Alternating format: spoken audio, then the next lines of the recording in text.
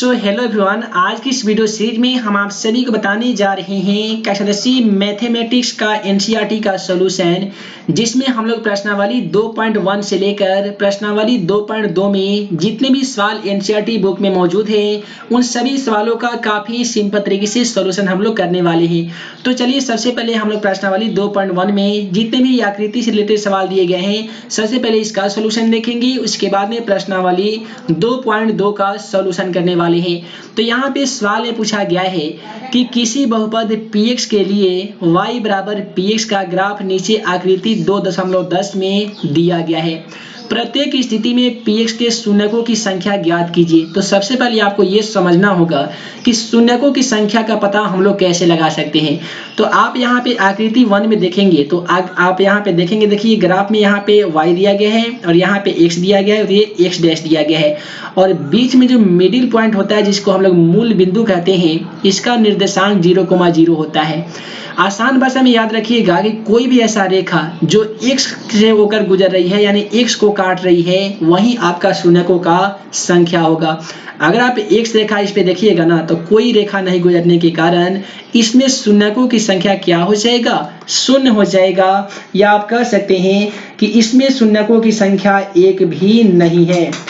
उसके बाद में अगला जो है रोमन नंबर 2 में, इसमें देख लीजिए x पर एक रेखा गुजर रही है, इसे हम कह सकते हैं कि इस पे शून्यकों की संख्या कितनी है, तो 1 है। उसके बाद में अगर रोमन नंबर 3 वाले सवाल को देखेंगे तो देखिए एक रेखा यहाँ पे गुजर रही है, एक यहाँ पे और एक यहाँ पे। इससे हमें ये पता चलता है कि दी गई सवालों में शून्यकों की संख्या कितनी है, 3 है। तो आप लिख सकते हैं कि दी गई प्रश्नों में शून्यकों की संख्या 3 है। उसके बाद में रोमन नंबर 4 वाले सवाल में देख लीजिए, यहाँ पे एक रेखा इस प्रकार से गुजरा हुआ है, ठीक है। तो यहाँ पे एक यहाँ पे काट रहा है और एक यहाँ पे काट रहा है, इससे ये पता चलता है कि इसमें शून्यकों की संख्या 2 है। उसके बाद वाले ये जो x वाला रेखा में आप देखेंगे तो एक यहाँ पे मिलेंगे 2, 3 और एक 4 मिल गए। तो हम कह सकते हैं कि इसमें शून्यकों की संख्या कितना है, तो 4 है। उसके बाद में अगर रोमन नंबर 6 वाले सवाल को आप देखेंगे तो देख लीजिए 1, ये 2 हो गए, उसके बाद में यहाँ पे 3 हो गए, ठीक है। तो इस प्रकार से इसमें जो शून्यकों की संख्या होगी आप बता ही सकते हैं कि इसमें शून्यकों की संख्या कितनी होगी, ठीक है। इसमें शून्यकों की संख्या दोस्तों 3 होगी। तो इसमें आप लिख सकते हैं कि दी गई सवाल में शून्यकों की संख्या 3 होगी। उसके बाद में आइए हम लोग प्रश्नावली 2.2 में क्वेश्चन नंबर 1 से इस वीडियो को शुरुआत करते हैं। सवाल में बोला गया है कि निम्नलिखित द्विघात बहुपदों के शून्य ज्ञात कीजिए और शून्यकों तथा गुणांकों के बीच संबंध की सत्यता की जांच कीजिए। तो यहाँ पे आप पहला सवाल को देखेंगे तो आप पाएंगे दिया गया है कि x² - 2x - 8। इसको हमको क्या करना होगा कि शून्य ज्ञात करना होगा। शून्य ज्ञात करने के बाद इसकी संबंध की सत्यता की जांच भी हमें करनी है। तो सबसे पहले हम लोग क्या करेंगे कि जो पहला सवाल में जो समीकरण हमें प्राप्त है ये समीकरण को लिख लेंगे, उसके बाद में उसका शून्यक हमको ज्ञात करना होगा। देख लीजिए ये है x² माइनस में दिया गया है 2x, उसके बाद में है माइनस में 8। इसका शून्यक हम कैसे ज्ञात करेंगे, तो देख लीजिए ये x² का गुणांक कोई भी संख्या नहीं देने के कारण इसका गुणांक 1 होगा। तो हम लोग शून्य ज्ञात करने के लिए फर्स्ट इंटू लास्ट मल्टीप्लिकेशन करते हैं और बीच वाले संख्या को ऐसे 2 संख्याओं में बांट देते हैं कि गुना करने पे प्राप्त संख्या इतना होता है और जोड़ने या घटाने पर प्राप्त संख्या बीच वाला होता है। जैसे -8 में 1 से गुना कीजिएगा तो जाहिर सी बात है -8 आएगा। अब यहाँ पे -2 है, यानी -2 को ऐसे 2 संख्याओं में हमें बांटना होगा कि जोड़ेंगे या घटाएंगे तो -2 आ जाना चाहिए और मल्टीप्लिकेशन अर्थात गुना करेंगे तो ये -8 आना चाहिए और इस तरीके से -2 आना चाहिए, ठीक है। तो वैसी स्थिति में हम लोग क्या करेंगे कि देखिए यहाँ पे -8 था तो x² को सेम टू सेम लिख रहे हैं। उसके बाद में ये -2 के बदले में हम लोग लिखने वाले हैं -4x और प्लस में लिखेंगे 2x। इससे क्या होगा कि -4 और +2 मिलके -2 भी हो जाएगा और -4 में 2 से गुना करेंगे तो -8 भी हो जाएगा। -8 को सेम टू सेम लिख दीजिए। उसके बाद में आप पाएंगे कि दोनों में कॉमन x मिल रहा है, तो जो कॉमन मिलता है उसको हम लोग सेम टू सेम उतारते हैं। कॉमन x मिल गया तो यहाँ पे x स्क्वायर होने के कारण अभी भी x बचा होगा, माइनस यहाँ से x हम लोग कॉमन कर लिए हैं तो यहाँ पे केवल 4 बचा होगा। उसके बाद में हम लोग क्या करेंगे कि +2 यहाँ से कॉमन कर लेंगे, 2 कॉमन कर लीजिएगा तो यहाँ पे केवल x बचेगा, प्लस और माइनस मिलकर क्या होता है तो माइनस होता है, और ये 4 दूनी 8 हो जाएगा यानी 4 बचेगा। अब हम लोग क्या करेंगे कि ये दोनों संख्याओं को एक साथ लिखने वाले हैं, यानी लिखेंगे x + 2 और ये दोनों में उभयनिष्ठ है x - 4, तो दोनों में कोई हम x - 4 को लिख लेंगे। उसके बाद में हम यहाँ पे लिखेंगे कि जब x + 2 बराबर 0 होते हैं तो x बराबर लिखेंगे तो ये +2 है बराबर कर जाकर -2 हो जाएगा जो हमारा बीटा का मान होगा। उसके बाद में यहाँ पे भी हम लोग लिखेंगे कि जब x - 4 बराबर 0 तो x बराबर क्या हो जाएगा तो +4 हो जाएगा, क्योंकि माइनस बराबर कर जाकर प्लस हो जाते हैं। और आप सभी को बता दें कि अल्फा का जो मान होता है वो प्लस में होता है, बीटा का मान माइनस या प्लस दोनों में होता है, यानी बीटा का मान -2 आ गया है, अल्फा का मान 4 आ गया है। ठीक है, उसके बाद में हम लोग यहाँ पे लिखेंगे, देखिए समीकरण था हमारा x² - 2x - 8 था। इसमें देखेंगे तो a का मान कुछ भी नहीं दिया गया है तो हम लोग 1 मानेंगे, b का मान देख लीजिए -2 दिया गया है, c का मान भी -8 दिया गया है। अब इसका हमें करना है जांच कैसे कीजिएगा तो शून्यकों का योग तथा गुणनफल के माध्यम से हम लोग इसका जांच करेंगे। तो सबसे पहले हमको लिखना होगा कि शून्यकों का योगफल या योग लिख सकते हैं, जिसको हम लोग कहते हैं अल्फा + बीटा बराबर फॉर्मूला आता है -b/a। तो आपको यहाँ पे अल्फा का मान लिखना होगा। दोस्तों अल्फा का मान क्वेश्चन से कितना प्राप्त था तो 4 है। उसके बाद में प्लस बीटा का मान -2 है तो आप यहाँ पे क्वेश्चन में -2 लिखिएगा। उसके बाद में फॉर्मूला में -b का मान ऑलरेडी -2 दिया गया है तो माइनस इंटू -2 लिखिएगा, और बट्टा में a का मान कुछ भी नहीं है तो 1 लिखिएगा। ठीक है, अब देख लीजिए 4 ये प्लस माइनस मिलकर -2 हो जाएगा, यहाँ पे माइनस +2/1 हो जाएगा। 4 में से 2 घटाते हैं तो 2 प्राप्त होता है, 2 में 1 से भाग लगाते हैं तो 2 प्राप्त होता है। इस प्रकार से दोनों का मान बराबर आकर हमें ये सिद्ध होता है कि इसका संबंध सही है। उसके बाद में हम लोग क्या करेंगे कि शून्यकों का गुणनफल के माध्यम से चेक करेंगे, लिखेंगे शून्यकों का गुणनफल। ठीक है, शून्यकों का गुणनफल, इसका दोस्तों फॉर्मूला होता है अल्फा इंटू बीटा बराबर c/a होता है। तो दोस्तों अल्फा इंटू बीटा का मान, तो अल्फा का मान कितना था तो 4 था, गुने बीटा का मान हम लोग -2 निकाले थे तो यहाँ पे -2 आसानी तरीके से लिख सकते हैं। उसके बाद ये फॉर्मूला कह रहा है c/a, तो दोस्तों c का मान देख लीजिए -8 है तो आप -8 लिखेंगे। a का मान कितना है तो a का मान 1 है, तो 4 में 2 से गुना कीजिएगा तो 8 होगा, इसमें माइनस लगने के कारण ये -8 हो जाएगा, और -8 में 1 से भाग लगा दीजिएगा तो ये भी -8 हो जाएगा, और इसका भी हमारा आंसर इक्वल आ चुका है। उसके बाद में अगला सवाल देख लीजिए। अगला जो सवाल है वो रोमन नंबर 2 में दिया गया था 5s² - 4s + 1। आइए यहाँ पे लिख लेते हैं 5s² -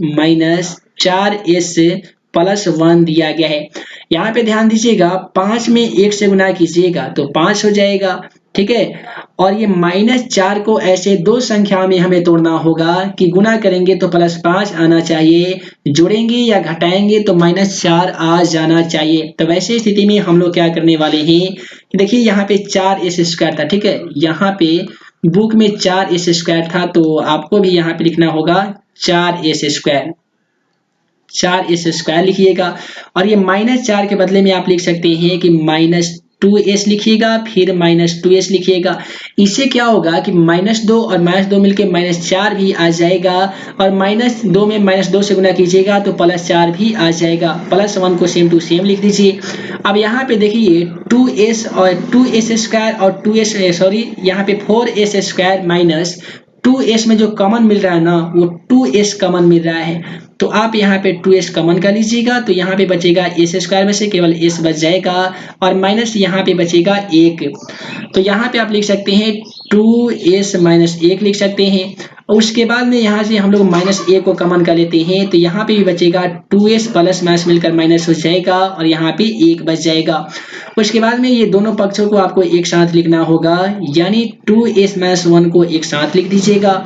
और ये तो दोनों कॉमन है, 2s माइनस 1 2s माइनस 1, इसे भी लिख दीजिए 2s माइनस 1। उसके बाद में आप यहाँ पे लिखेंगे कि जब 2s माइनस 1 बराबर 0 होते हैं तो 2s बराबर क्या हो जाएंगे, प्लस 1 हो जाएगा। क्योंकि मैथ का नियम है, ये माइनस वाला संख्या उधर जाकर ये प्लस में हो जाएगा। s बराबर लिखिएगा 1 तो 2 गुना में है, बराबर लगाकर भाग में हो जाएगा, जो कि आपका अल्फा का मान हो जाएगा। उसी प्रकार से यहाँ पे आप लिखिएगा कि जब 2s माइनस 1 बराबर 0 तो 2s बराबर प्लस 1 हो जाएगा और s बराबर 1/2 हो जाएगा, यानी बीटा का मान भी 1/2 आ गया है और अल्फा का मान भी 1/2 आ गया है। अब आइए इसका संबंध की सत्यता की जांच हम लोग कर लेते हैं। तो सबसे पहले लिखेंगे कि शून्यकों का योगफल लिख सकते हैं या योग लिख सकते हैं, जिसका फॉर्मूला होता है अल्फा प्लस बीटा बराबर माइनस बी बटा ए होता है। देखिए अल्फा का मान कितना है दोस्तों, तो ये 1/2 है, तो हम लोग 1/2 लिखेंगे, प्लस बीटा का मान भी 1/2 होने के कारण 1/2 लिखेंगे। उसके बाद में फॉर्मूला कहता है माइनस बी का मान, तो यहाँ से हम लोग मान लेंगे, देखिए ए का मान 4 है, ए का मान हम लोग 4 लिखेंगे, बी का मान -4 है। उसके बाद में सी का मान हम लोग लिखेंगे, तो सी का मान देख लीजिए +1 दिया गया है, तो हमें चाहिए माइनस बी का मान, तो ये बी का मान ऑलरेडी माइनस में है, तो आप +4 भी लिख सकते हैं या माइनस इंटू -4 लिख सकते हैं, और बटा में ए का मान भी कितना है 4 है, तो आप 4 लिख सकते हैं। उसके बाद में इसको सॉल्व कीजिएगा, 2 का एलसीएम ले लीजिए, 2 हो जाएगा। जब एलसीएम सेम टू सेम है तो ऊपर वाला को भी सेम टू सेम उतार दीजिए, ये कटा के आपका 1 आ जाएगा।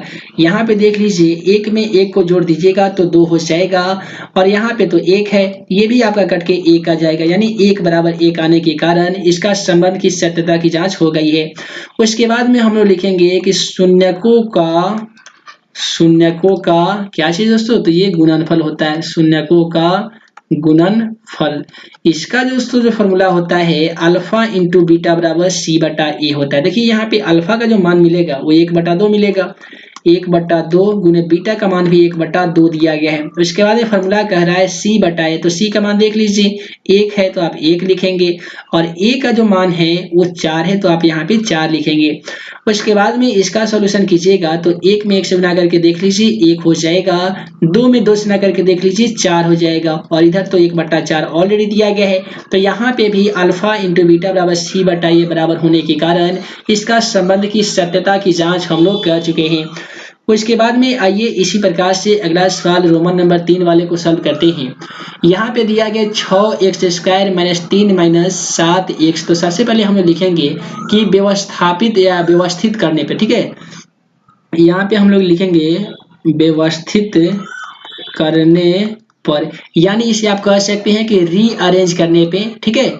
तो अगर इसे हम लोग व्यवस्थित करेंगे तो ये किस प्रकार से होगा, तो ये दोस्तों हो जाएगा 6x², ये -7x था, यहाँ पे देखिएगा तो -7x था, तो सेम टू सेम लिख दीजिए -7x। उसके बाद में है -3, इसे सेम टू सेम लिख दीजिए।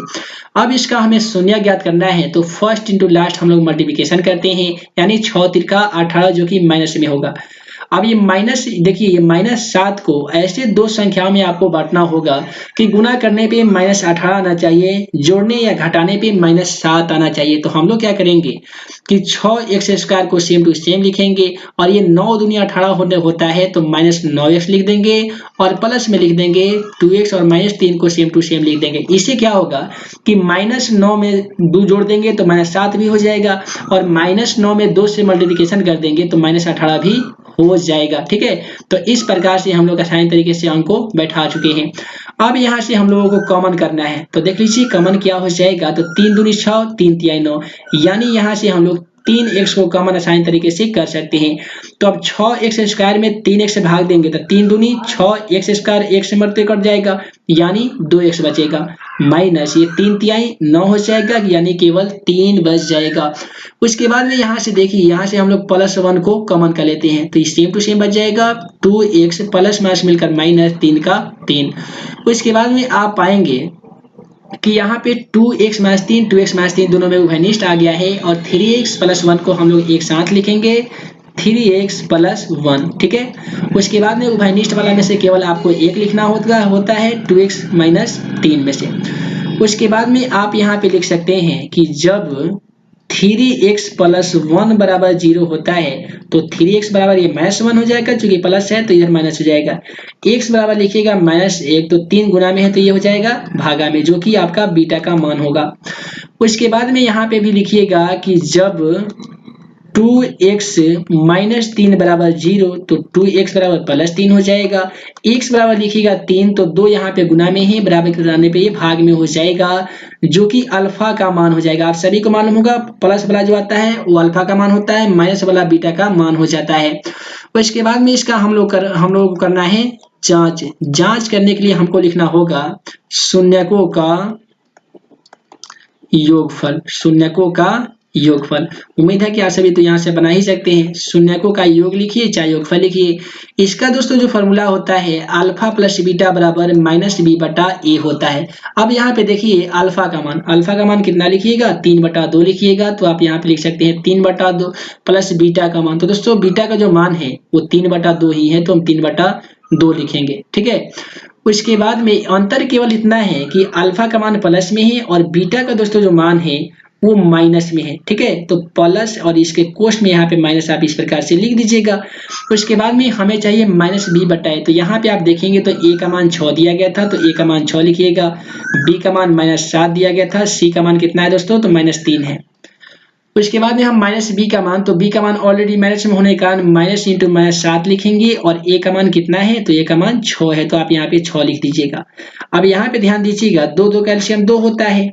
अब जब एलसीएम सेम टू सेम है तो ऊपर वाला को भी सेम टू सेम लिखेंगे, यानी यहाँ पे हम कर सकते हैं, देखिए सॉरी यहाँ पे आया था -1/3 और हम लोग यहाँ पे कर दिए हैं अल्फा का बीटा का मान ये -3/2, तो यहाँ पे हमको ए करना होगा, ठीक है। अब सही हो गया है, तो 2 का एलसीएम 2 हो गया है। उसके बाद में क्रॉस मल्टीप्लिकेशन इस प्रकार से करते हैं, जब एलसीएम सेम टू सेम रहता है तो ऊपर वाले की संख्या को सेम टू सेम लिख देते हैं, ठीक है।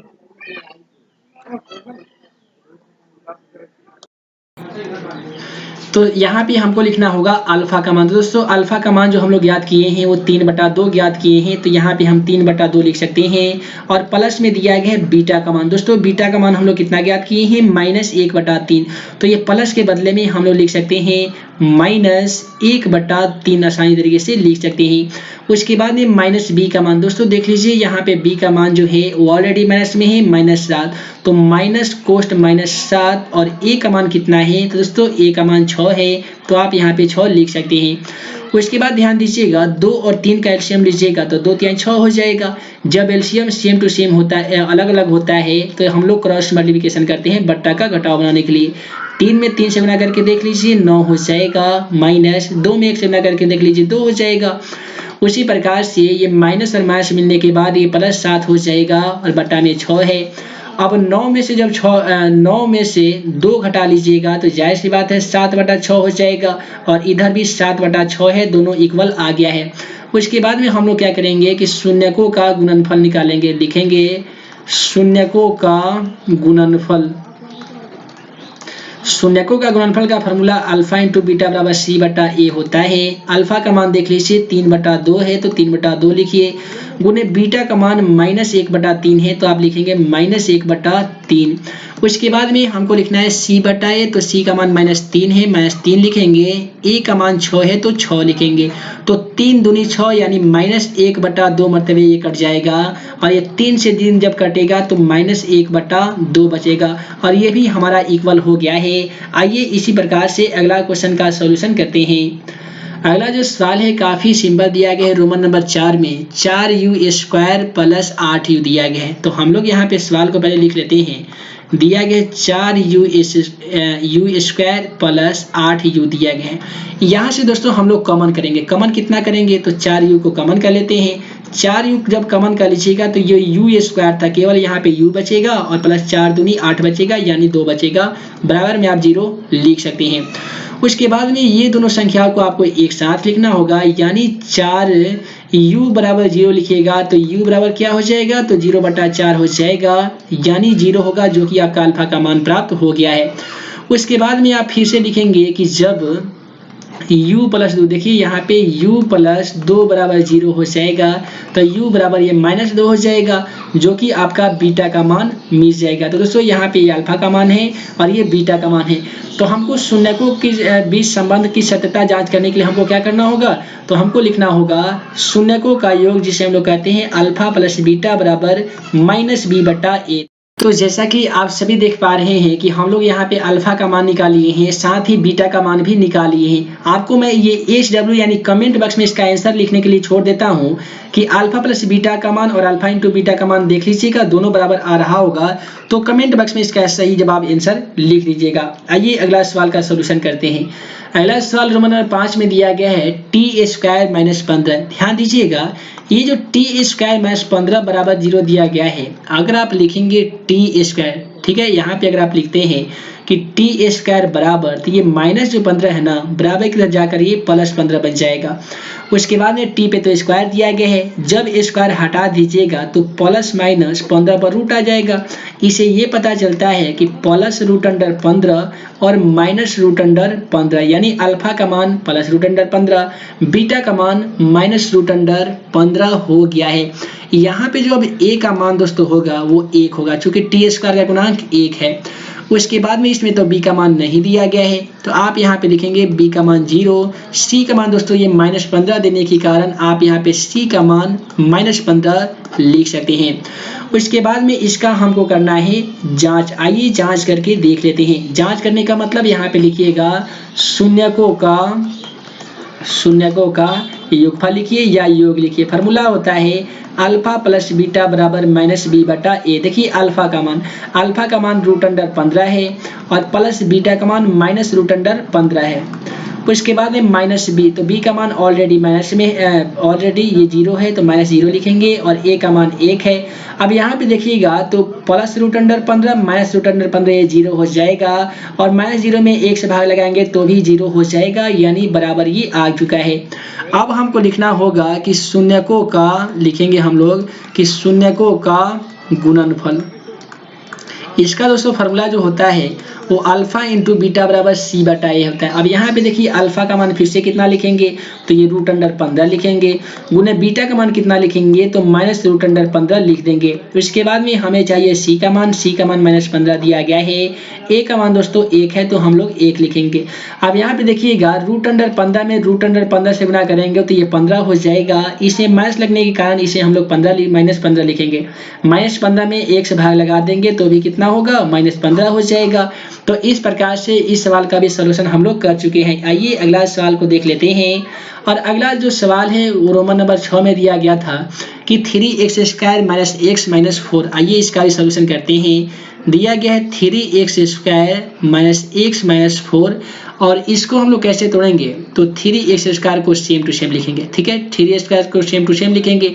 ये -x के बदले में हम लोगों को लिखना होगा -4x और प्लस में लिखना होगा 3x और -4 को सेम टू सेम लिख दीजिए।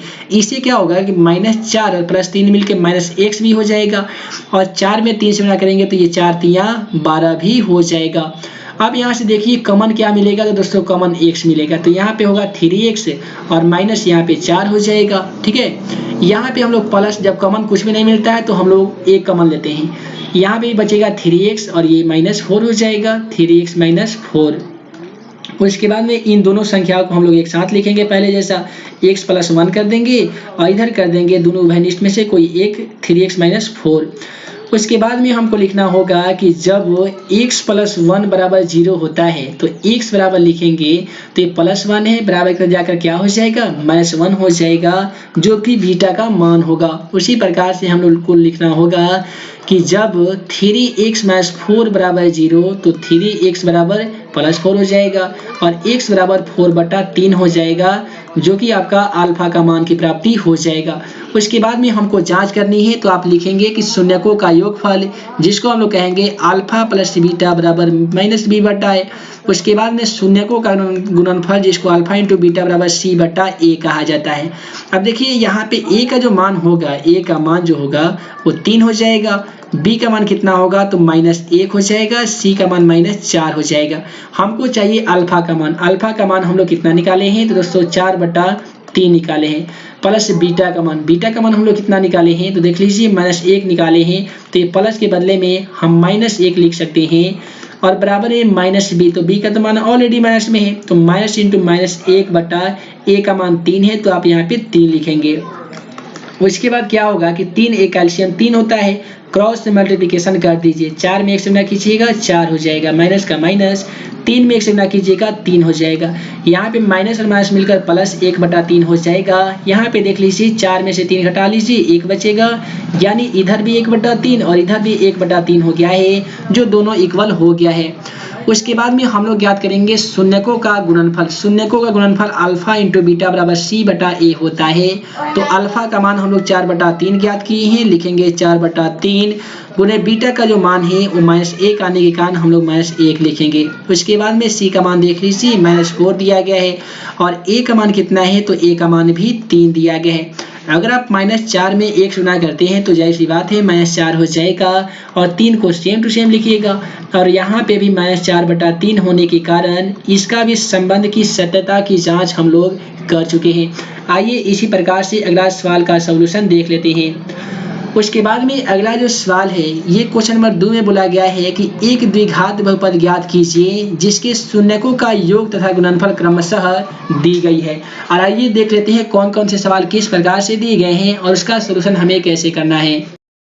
दोस्तों उसके बाद में अगला जो सवाल क्वेश्चन नंबर 2 का रोमन नंबर 1 में दिया गया है कि 1/4 -1 दिया गया है और ज्ञात हमें क्या करना है तो द्विघात बहुपद ज्ञात करना है।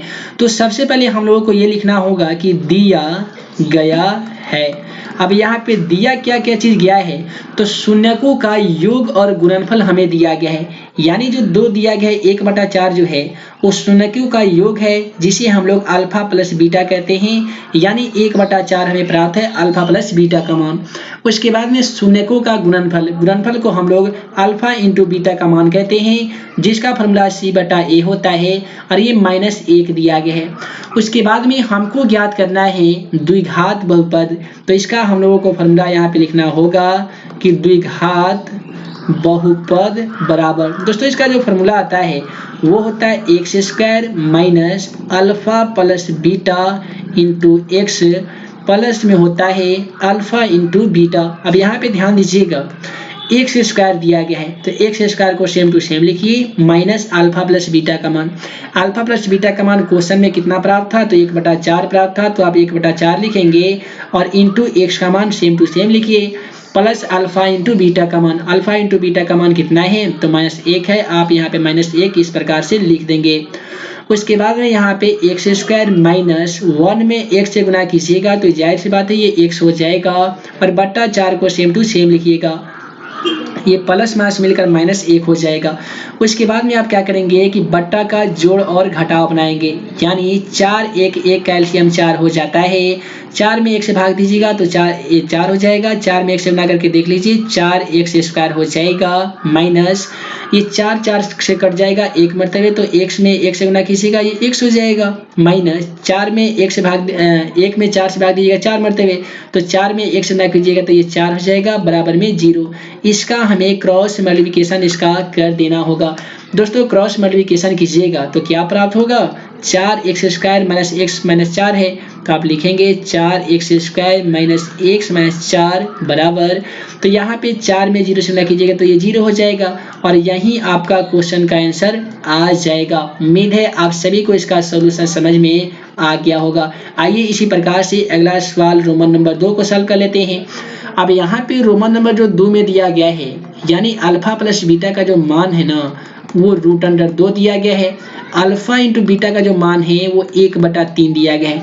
तो सबसे पहले हम लोग द्विघात बहुपद का फॉर्मूला का यहाँ पे यूज करने वाले हैं। तो यहाँ पे द्विघात बहुपद का फॉर्मूला आसानी तरीके से लिख सकते हैं, x² minus alpha plus beta into x plus में होता है अल्फा इंटू बीटा। दोस्तों यहाँ पे x² को सेम टू सेम लिखिएगा, माइनस अल्फा प्लस बीटा के जगह पे कितना लिखिएगा तो √2 लिखिएगा, इसके साथ 1 है प्लस अल्फा इंटू बीटा। दोस्तों अल्फा इंटू बीटा का मान 1/3 होने के कारण 1/3 लिख दीजिए।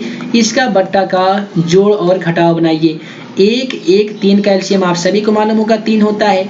ये 3 में 1 से भाग लगाइए 3 मरतबे, तो 3 में x² से गुना कीजिएगा कितना होगा 3x² हो जाएगा, माइनस √2 में 3 से गुना कीजिएगा तो जाहिर सी बात है 3√2 x हो जाएगा, और प्लस ये 3 से 3 1 मरतबे कटेगा तो 1 में 1 से गुना कीजिएगा तो 1 होगा। बराबर में आप 0 लिख दीजिए, क्रॉस मल्टीप्लिकेशन कर दीजिए।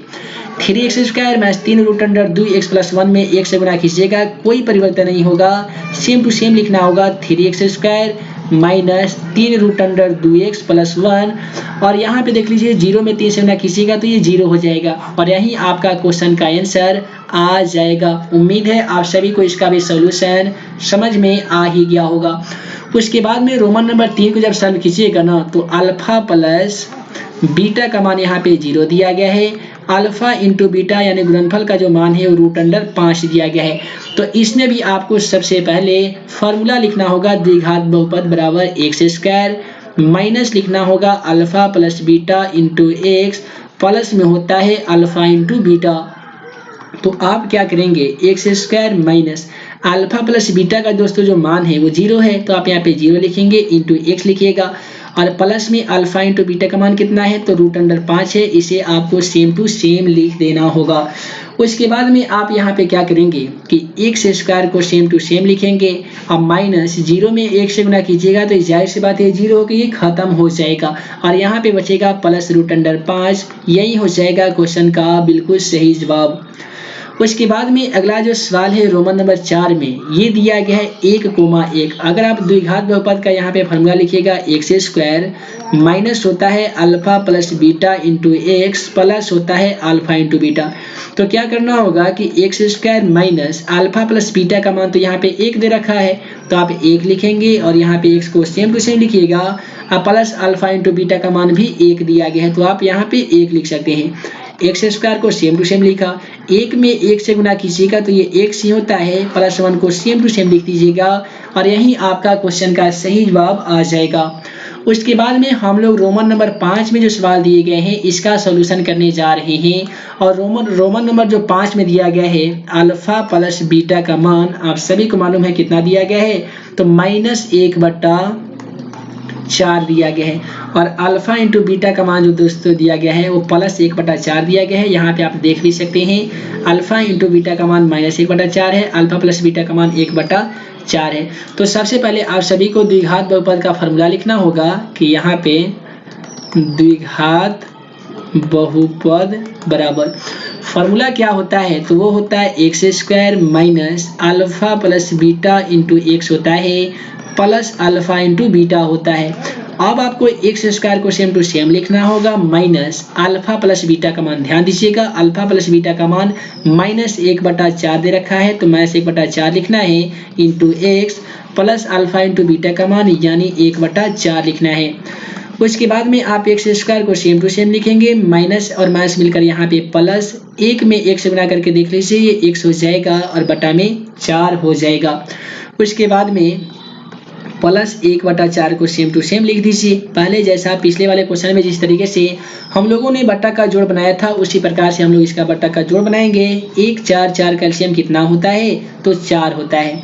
अब देख लीजिए 4 में 1 से भाग लगाइएगा 4 मरतबे, तो 4 में x² से गुना कीजिएगा, जाहिर सी बात है ये 4x² होगा, प्लस 4 में 4 से भाग लगाइएगा 1 मरतबे, तो x में 1 से गुना कीजिएगा तो x होगा, प्लस 4 में 4 से भाग लगाइएगा 1 मरतबे और 1 में 1 से गुना कीजिएगा 1 हो जाएगा। फिर से आपको बराबर में 0 रख के और क्रॉस मल्टीप्लिकेशन कर देना होगा। 4x² minus x 4x² plus x plus 1 में 1 से गुना कीजिएगा तो कोई परिवर्तन नहीं, 4x² प्लस x प्लस 1 ही हो जाएगा। और 4 में 0 से गुना कीजिएगा तो 0 हो जाएगा। और इस प्रकार से क्वेश्चन का सही जवाब 4x² प्लस x प्लस 1 आ जाएगा। आइए अगला सवाल देख लेते हैं। अगला सवाल में अल्फा प्लस बीटा का मान 4 है, अल्फा इंटू बीटा का मान 1 है। तो आपको यहाँ पे लिखना होगा कि दिया गया है अल्फा प्लस बीटा बराबर, तो यहाँ पे इस चैप्टर का आखिरी सवाल में दिया गया था कि शून्यकों का योग यानी अल्फा प्लस बीटा का मान 4 दिया गया था, शून्यकों का गुणनफल अल्फा इंटू बीटा का मान 1 दिया गया था। तो सबसे पहले आप सभी को क्या करना होगा कि द्विघात बहुपद बराबर जो फॉर्मूला होते हैं उसको लिखना होगा। तो आप द्विघात बहुपद का फॉर्मूला किस प्रकार से लिखिएगा तो x² minus alpha plus beta into x हो जाएगा, प्लस में होता है अल्फा इंटू बीटा। अब यहाँ पे क्या करना होगा कि x² minus alpha plus beta का मान क्वेश्चन कितना दे रखा है तो 4 दे रखा है, इंटू x का मतलब गुना x हो जाएगा, प्लस अल्फा इंटू बीटा का मान, और अल्फा इंटू बीटा का मान 1 दिया गया है। और यही आपका क्वेश्चन का बिल्कुल सही जवाब आ जाएगा। तो इस प्रकार से आपका कक्षा 10वीं मैथमेटिक्स एनसीईआरटी में प्रश्नावली 2.1 से लेकर 2.2 तक के सभी सवालों को आसानी तरीके से सॉल्व हम लोग कर लिए हैं। आगे आने वाली पार्ट में हम आप सभी को बताने वाले हैं प्रश्नावली 2.3 में जितने भी सवाल दिए गए हैं उसका काफी सिंपल तरीके से सॉल्यूशन देखना चाहते हैं तो चैनल को सब्सक्राइब करने के साथ बेल आइकन को दबा दीजिए ताकि हमारे द्वारा जितने भी वीडियो अपलोड किया जाए उसका नोटिफिकेशन आप सभी को मिल सके और आप हमारे द्वारा बनाए गए सभी वीडियो को बारी बारी से देख सके। तो है दोस्तों, मैं मुकीम अंसारी जल्द मिलूंगा अगले वीडियो में नए प्रश्नावली के सॉल्यूशन के साथ। तब तक के लिए वीडियो देखने के लिए बहुत बहुत धन्यवाद।